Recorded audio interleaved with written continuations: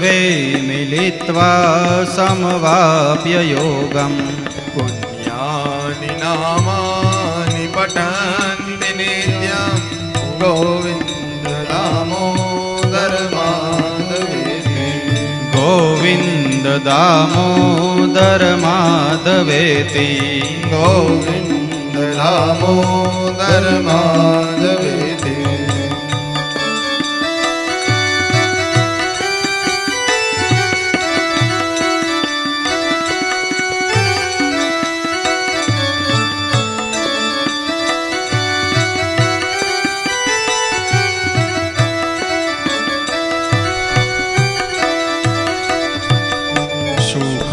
शयाना निलये निजेपि नामानि कृष्ण प्रवदन्ति मर्त्या ते निश्चितं तन्मयतां व्रजन्ते गोविन्द दामोदर माधवेति गोविन्द दामोदर माधवेति गोविन्द दामोदर माधवेति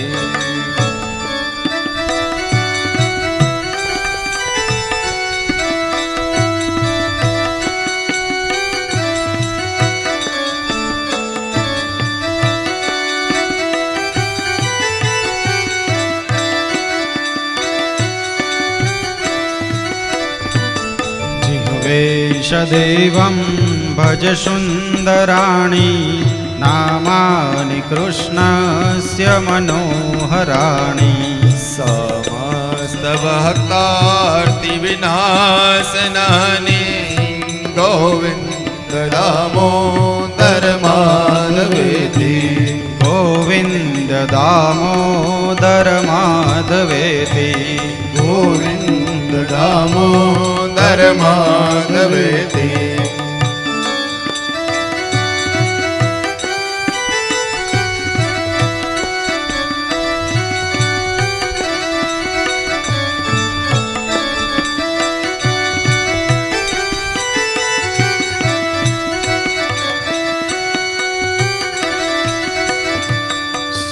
सुखावसाने इदमेव सारम् दुःखावसाने इदमेव ज्ञेयम् देहावसाने इदमेव चाप्यं गोविन्द दामोदर माधवेति गोविन्द दामोदर माधवेति गोविन्द दामोदर माधवेति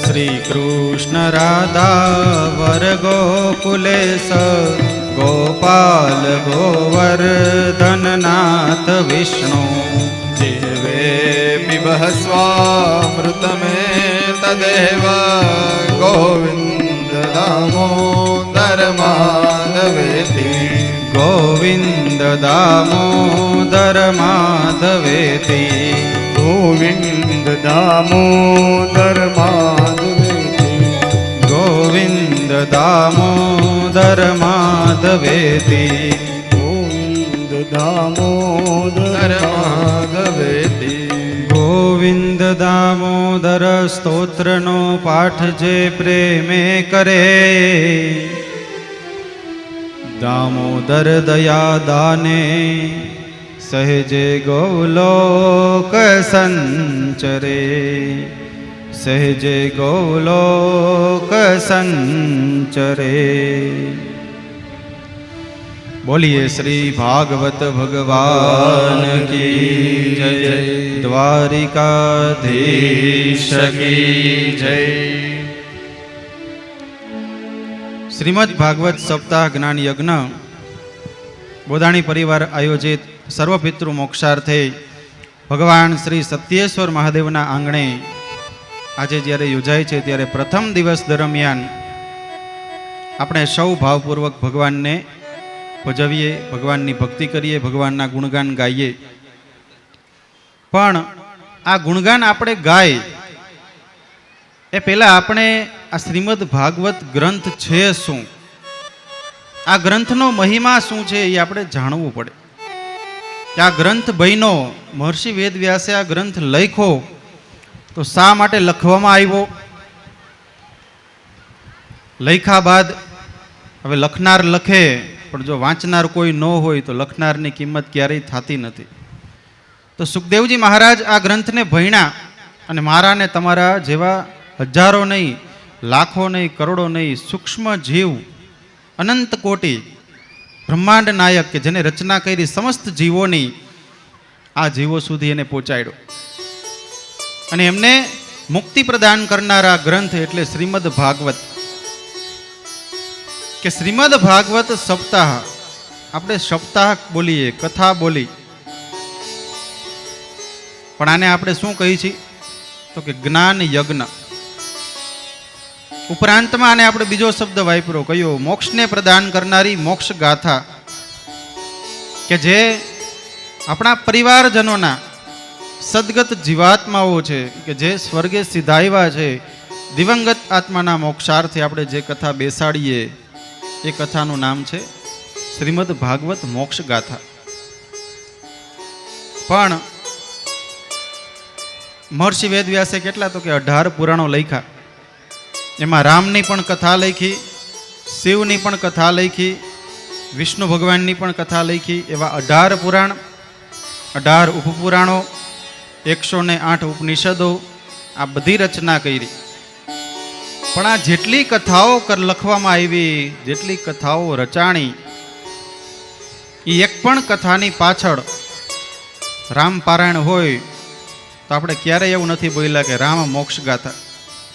શિવ પુરાણ હોય તો આપણે નથી બોલ્યા શિવ પુરાણ મોક્ષ ગાથા. પણ શ્રીમદ ભાગવતને આપણે મોક્ષ ગાથા કીધી. શું કામ? તો કે આ મોક્ષને પ્રદાન કરનારી મોક્ષ ગાથા છે શ્રીમદ ભાગવત. ઘણીવાર પરિવારજનોના જે વ્યક્તિઓ હોય બધાએ સંકલ્પ લીએ કે મારે મારા પરિવારના પિતૃ મોક્ષાર્થે શ્રીમદ ભાગવત સપ્તાહ બેસાડવી છે, ભાગવત કરવી છે. આવો એને સંકલ્પ ઘણીવાર મનમાં આવે, પણ જ્યારથી આવો સંકલ્પ પોતે ધારણ કરે ને ત્યારથી જ એના પિતૃઓને સ્વર્ગમાં મોક્ષની પ્રાપ્તિ થાય છે. પણ એનાથી એક ડગલું આપણે આગળ કહી તો એમ કહી શકાય કે જેના પિતૃઓને સ્વર્ગમાં મોક્ષ મળ્યો હોય, ભગવાનના ચરણમાં એને મોક્ષ પ્રાપ્ત થયો હોય ને, એના જ ઘરે ઠાકોરજી મહારાજ સ્વયં હાલી અને એના આંગણે પધારે અને એના આંગણેથી પોથી યાત્રા ભગવાન ઠાકોરજી જ્યાં પ્રાંગણમાં બિરાજમાન કરાવી હોય ત્યાં બિરાજમાન થાય. કેમ કે ઠાકોરજી સ્વયં એના ઘરે આવવા માટે તૈયાર હોય. પણ એમ કહેવાય કે 2 ડગલા જ્યારે ભક્તજન પોતે આગળ હાલે ત્યારે 4 ડગલા ભગવાન પોતે આગળ હાલે છે અને એના કાર્યને સફળતા અપાવે છે. જીવનમાં આમ જોવા જાય તો 3 વસ્તુ આપણા માટે બહુ દુર્લભ છે. એક, ભગવાને આપણને જે મને ને તમને પ્રદાન કર્યું એ શું? તો કે મનુષ્યત્વ. બીજું શું? તો કે મહાપુરુષોનો સંગ. અને ત્રીજું મોક્ષ. કે જેને મોક્ષની ઈચ્છા થાય, મોક્ષત્વ, કે જેને મનથી ઈચ્છા થાય કે મારે ભગવાનના ગુણગાન સાંભળવા છે. ઘણીવાર આપણને મનમાં એવો સંકલ્પ વિચાર આવે કે શ્રીમંત હોય એ ભાગવત બેસાડે તો એના પિતૃ આત્માઓને કે મોક્ષ મળી જાય. ગરીબ લોકો એમ વિચાર કરે અમારે શું કરવું? કે શ્રીમંત હોય કે કથા સાંભળીને એના પરિવારના જનોને મોક્ષ આપી દઈએ ને પોતે મોક્ષ મેળવી લઈએ. ગરીબ હોય તે મોક્ષ ન મેળવી શકે. પણ આવો વિચાર ભાગવતને અને ભૌતિકતાને કોઈ સંબંધ જ નથી. શ્રીમંતાઈને અને આધ્યાત્મિકતાને પણ કોઈ સંબંધ નથી. એટલે જ મહાપુરુષોએ આ જે કથા છે શ્રીમદ ભાગવત, એને શું કીધું? તો કે શ્રીમદ ભાગવતની કથા હોય કે કોઈ પણ કથા હોય, આ કથાને પરબ કીધી. અને પરબમાં ક્યારેય વર્ણ હોય એ વિભાજિત હોય નહીં. કેમ કે અહીંયા બ્રાહ્મણ, ક્ષત્રિય, વૈશ્ય કે ક્ષુદ્ર જાતિના લોકોએ પાણી પીવું એવું ક્યાંય પરબમાં લખેલું નથી હોતું. ત્યાં તો 18 વર્ણમાંથી કોઈ પણ જીવાત્મા ત્યાં આવી પોતાની ચાંચ વડે, કદાચ પક્ષી હોય તો એ પણ પાણી પી અને પોતાના જીવનને તૃપ્ત કરી શકે છે. એમાં શ્રીમદ ભાગવતની કથા હોય કે કોઈ પણ કથા જ્યારે ચાલતી હોય તેમાં કોઈ પણ વ્યક્તિ ગરીબ હોય કે શ્રીમંત હોય ત્યાં જઈ આ કથાની અંદર પાવનકારી કથાના સત્સંગનો લાભ લઈ પોતાના જીવનને કૃતાર્થ બનાવી શકે છે. એમાં જ આ બોધાણી પરિવારે જ્યારે આયોજન કર્યું આ શ્રીમદ ભાગવતની 7 દિવસની સપ્તાહ જ્ઞાન યજ્ઞનું, તો આમાં મારે ને તમારે પણ પવિત્ર થવાનું. પણ કઈ રીતે? તો કે હરિદ્વારમાં જે ગંગા વહે એ કઈ? તો કે ભગીરથ ઋષિએ પોતાના પૂર્વજોના ઉદ્ધાર માટે એ ગંગાને નીચે ઉતારી અને પાપમાંથી મુક્તિ અપાવી. પણ આજ ઈ જે ગંગા વહે હરિદ્વારમાં ઈ કઈ? તો કે ભાગીરથી ગંગા. અને આજે સત્યેશ્વર મહાદેવના સાનિધ્યમાં બોધાણી પરિવારે જે કથા બેસાડી ઈ ગંગા કઈ? તો કે ભાગવતી ગંગા. આજે ભાગવતી ગંગાની અંદર મારે ને તમારે સર્વએ સ્નાન કરી અને પવિત્ર થવાનું. ઓલી ગંગામાં આપણે સ્નાન કરી તો પાપ ધોવાઈ જાય, પણ આ ગંગાની અંદર આપણે જ્યારે સ્નાન કરીને સત્સંગનો લાભ લઈને તો આપણાથી જાણતા અજાણતા કોઈ પણ પાપ કર્મ થયા હોય તો ભગવાન એમાંથી આપણને મુક્તિ પ્રદાન કરે છે. અને મારો અને તમારો કેટલા જન્મનું દિવેલ ભગવાને ભેગું કર્યું હોય છે કે એ પ્રારબ્ધનું દિવેલ જ્યારે ભેગું થાય ત્યારે આપણને બધાને આ સત્સંગમાં કથા મંડપની અંદરમાં આવવાનો લાભ પ્રાપ્ત થાય. એમ આજ ભાગવતજીના શું આપણે બધાએ પોથી યાત્રા કરી, ઠાકોરજીને વાજતે ગાજતે ઢોલ નગારા નોબત સાથે આપણે અહીંયા લઈ આવ્યા.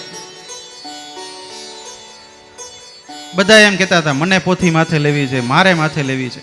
પણ શું આ ગ્રંથને આપણે હાથમાં લઈ આવત તો કોઈ આપણને ક્યાંય ના પાડત નહીં. પણ છતાંય આપણે આ ગ્રંથને લીધો ક્યાં? આપણા મસ્તક ઉપર લીધો. શું કામ? તો કે શ્રીમદ ભાગવત એટલે શું? તો કે 18 પુરાણો, 4 વેદ, 6 શાસ્ત્ર, 18 ઉપપુરાણો, 108 ઉપનિષદો, તમામ ગ્રંથો ભેગા કરી એમાંથી જે નિચોડ કાઢ્યો, આ તમામ ગ્રંથોનો નિચોડ, એમાંથી જે સાર નીકળો, વેદોમાંથી જે સાર નીકળો, એ સાર એટલે શું? તો કે શ્રીમદ ભાગવત. કે શ્રીમદ ભાગવતની કથાની અંદર આમાં કૃષ્ણની પણ કથા આવે, રામની પણ કથા આવે, વામન ભગવાનની પણ આવે, કપિલ ભગવાનની પણ આવે, અને ગોવર્ધન પર્વતની પણ કથા આવે, ને ભગવાનના લગ્નની કથા આવે, અને ભગવાન શિવજીના લગ્નની પણ કથા આમાં આવે. આમાં તમામ ગ્રંથોનો સાર ભેગો કર્યો અને એમાંથી આ ગ્રંથ બનાવ્યો જેનું નામ આપ્યું શ્રીમદ ભાગવત. મસ્તક ઉપર પધરાવ્યો એટલું જ નહીં, આપણે ઢોલ નગારા શરણાઈ સાથે એને વાજતે ગાજતે આપણે અહીંયા લઈ આવ્યા વ્યાસપીઠે અને કથા મંડપની અંદર આવી અને આપણે આ ગ્રંથને પધરાવ્યો. અને આજે આપણે આ ગ્રંથનો આપણે સૌ લાભ લઈએ છીએ, પાન કરીએ છીએ. માર્ગની અંદરમાં આપણે ફૂલની કેડીઓ બનાવી, ઉપરાંતમાં આપણે વાજતે ગાજતે ગીતો પણ ગાયા, ઠાકોરજી ઉપર ફૂલની પધરામણી કરી, ફૂલો પધરાવ્યા. આ તો આજ આપણે અત્યારે 21મી સદીનો યુગ આવ્યો એટલે આપણને ઢોલ નગારા શરણાઈ બધું મળ્યું. નકર પહેલાં આપણે માત્ર ને માત્ર ઝાંઝ અને પખાજ સાથે આપણે ગાઈને મધુર કંઠે આપણા અવાજના જે કંઠ ભગવાને આપ્યો એના દ્વારા ગાઈ અને આપણે આ પોથી યાત્રા કરતા.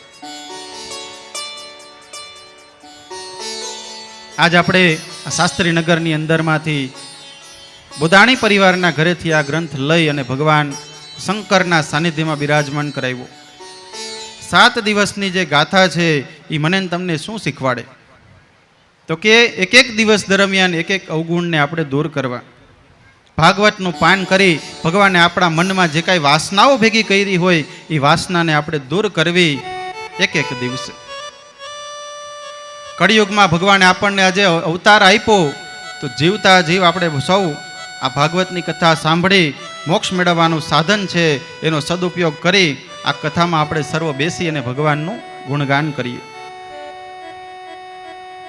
પણ આ ઈચ્છા કોને જાગૃત થઈ કે મારે કથા સાંભળવી છે, મારે કથાને રસપાન મારે કરવું છે? કોને થાય?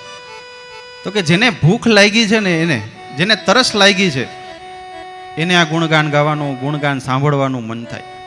પણ જેને ભૂખ નથી લાગી અને એની પાસે જઈને આપણે 56 ભોગ એને પીરસી દઈ તો એ કાંઈ ખાવાનો નથી. શું કામ? એને ભૂખ જ નથી લાગી.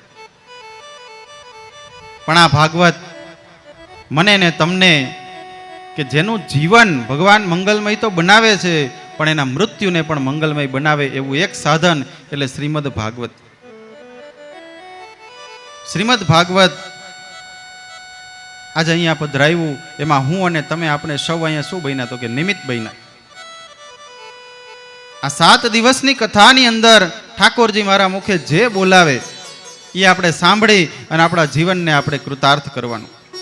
આપણે કોઈ એકબીજાને સારું લગાડવા માટે કે હું અહીંથી સારું બોલું ને તમને સારું ગમે એવું નહીં, પણ ઠાકોરજીનું જે કાંઈ ગુણગાન આપણે ગાય એમાંથી જે કાંઈ આપણને સારું લાગે એ આપણા જીવનમાં ઉતારી આપણા જીવનને મંગલમય બનાવી અને આપણા મૃત્યુને પણ ભગવાન મંગલમય બનાવે એવી આપણે સૌ ઠાકોરજીને પ્રાર્થના કરી અને ઠાકોરજી આપણને જેવા છે ને, આપણે બધા જેવા છીએ એવા જ એના ચરણમાં આપણને સ્વીકાર કરે એવી ઠાકોરજીને આપણે પ્રાર્થના કરીએ. અત્યારે પ્રથમ દિવસનું પ્રથમ સત્ર કે જે આપણે અત્યારે સમયની મર્યાદાને લઈ અને આપણે અહીંયા સત્રને વિરામ આપીશું, પણ બપોર પછી આપણે જે કથાનું સત્ર ચાલુ કરીએ એમાં સર્વે લોકો સમયસર કથાનું રસપાન કરી શકે એ હેતુથી બપોરે આપણે 3:30 થી 3:45 વાગ્યાની આસપાસ બધા જ કથા મંડપમાં આવી જાય સમયસર અને આપણે સમયસર કથાને શ્રવણ કરી શકીએ એવી ભગવાન ઠાકોરજીના ગુણગાન ગાઈ શકીએ એવી વ્યાસપીઠથી આપ સર્વને નમ્ર અરજ. ઉપરાંતમાં આજના પ્રથમ સત્રને વિરામ આપતા આપણે સૌ 2 મિનિટ માટે હરિસ્મરણ કરીએ અને પછી એક ખાસ કે જે કોઈને પણ વ્યાસપીઠની પ્રદક્ષિણા કરવી હોય, દર્શન કરવા હોય, એ કોઈ પણ લોકો ચાલુ કથા દરમિયાન આપણે ભગવાનના પ્રદક્ષિણા કે કંઈ નહીં કરીએ, પણ કથા પૂર્ણ થઈ જાય પછી કોઈને પણ ઠાકોરજીની પ્રદક્ષિણા કરવી હોય તો એ પોતે કરી શકે છે, પણ ચાલુ કથાએ આપણે કોઈ દર્શન કે કંઈ નહીં કરીએ. અહીંયા આ સત્રને વિરામ આપતા આપણે સૌ 2 મિનિટ માટે હરિસ્મરણ કરીએ. હરે રામ હરે કૃષ્ણ હરે રામ હરે કૃષ્ણ હરે રામ હરે કૃષ્ણ હરે રામ હરે કૃષ્ણ હરે રામ હરે કૃષ્ણ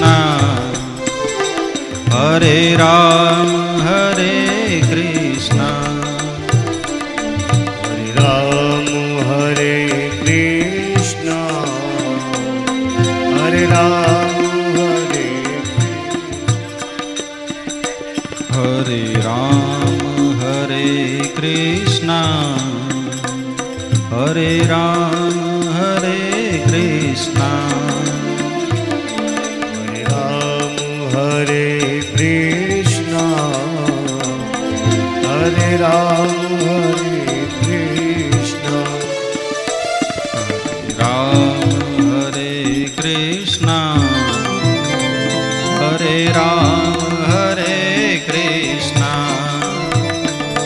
હરે રામ હરે કૃષ્ણ હરે રામ હરે કૃષ્ણ. બે હાથ ઊંચા લઈને બધા હારે બોલશું આપણે.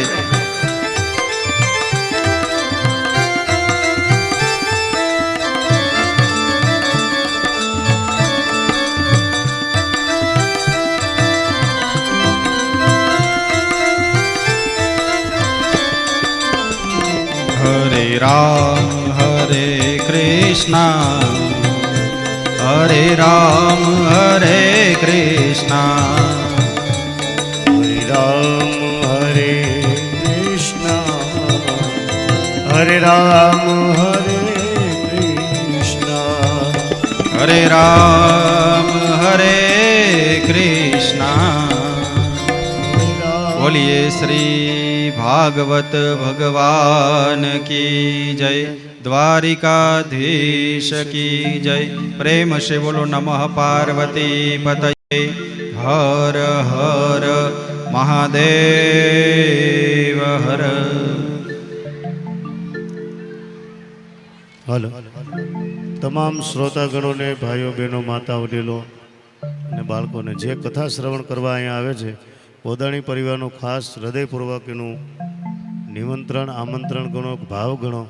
પ્રસાદ લીધા વગરના બેટ સમય જાતા નહીં. કોઈ પરિવાર કોઈ પ્રસાદ લીધા વગરના જાય નહીં. પછી મહેમાન હોય તો ભલે, આ કથા શ્રવણ કરવા આવ્યા હોય એ ભલે, પણ બોદાણી પરિવારનું હૃદયથી એનો આવકાર છે, નિમંત્રણ છે તમને બધાને. બોલીએ દ્વારિકાધીશ કી જય.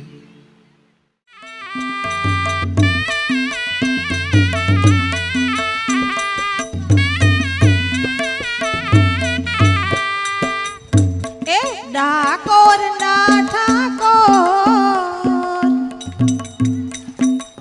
ડાકોર ના ઠાકોર, તારા બંધ દરવાજા ખોલ. ડાકોર ના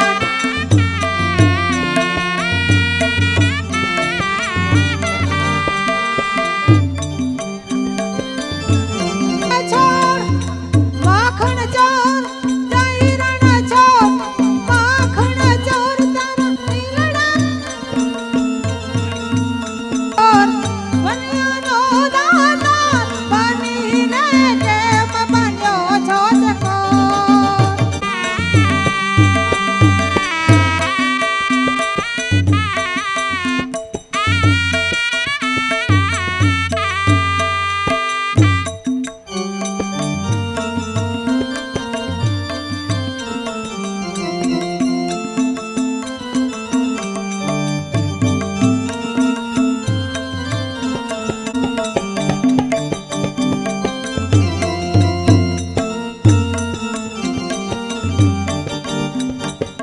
હે મને વ્રજના સપના આવે રે, વ્રજ મને કોણ લઈ જાય?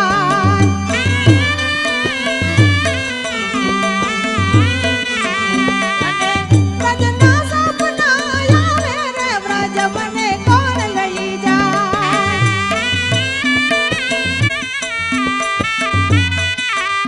ઓલા ગોવળિયાને કોણ સમજાવે રે, વ્રજ મને કોણ લઈ જાય?